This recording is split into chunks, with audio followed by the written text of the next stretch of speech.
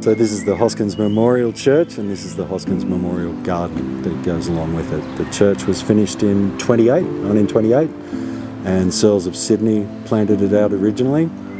After that, Sorensen took over the garden in 1932 and looked after it pretty much until he died.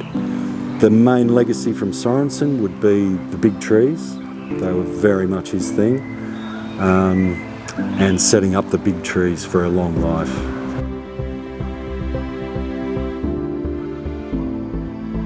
It was a spring garden for the Hoskins Memorial Day, which was every spring, and then after that the garden was pretty flat but still had the structure of the big trees.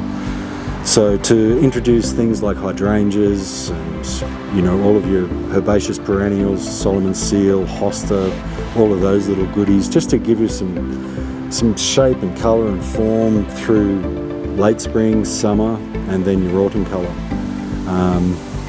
It just makes it much more interesting and gives the flower ladies something to use as well throughout the year.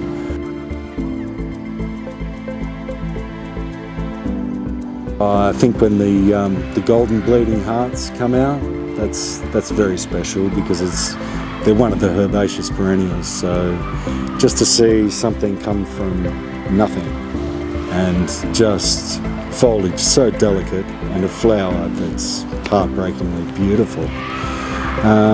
Got to be one of the things. The car park azalea bed all goes off.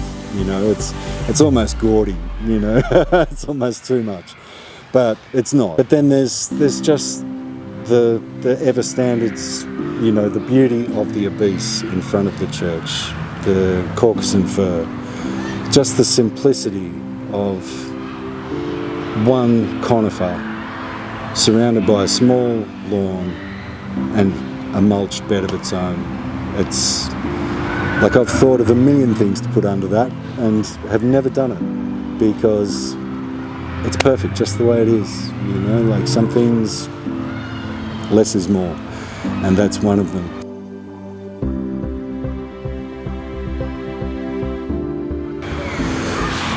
A good gardener has patience, I think. Patience and tenacity, because even if you're weeding, you've just got to stick at it and do it properly. Also, the patience comes from waiting for things to grow, to not be afraid to prune.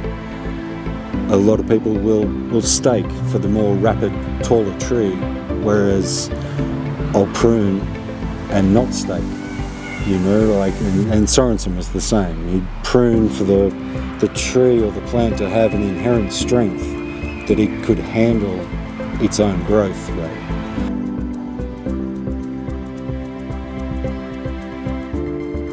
So the long-term vision for the garden is very much to set it up for the next 100 years, to pass on a viable garden to future generations that will stand the test of time.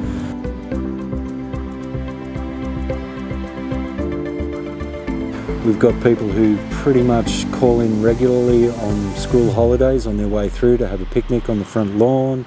And you get to see the children running around, so it pays off that I take out all the bindies and, Scotch thistles out of the lawn and stuff like that, so that's the reward is that side of thing where you get people passing through and enjoying the gardens that way.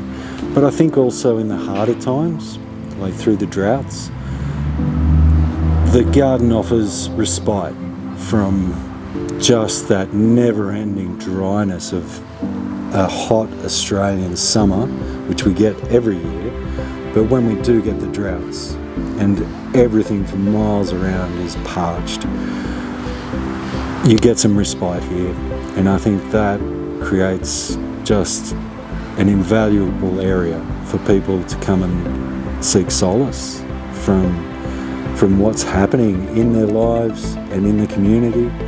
And I think that would have to be the most important part of this garden that I've ever witnessed, is in the really hard times, just the people getting back in touch with nature, with God, with reality.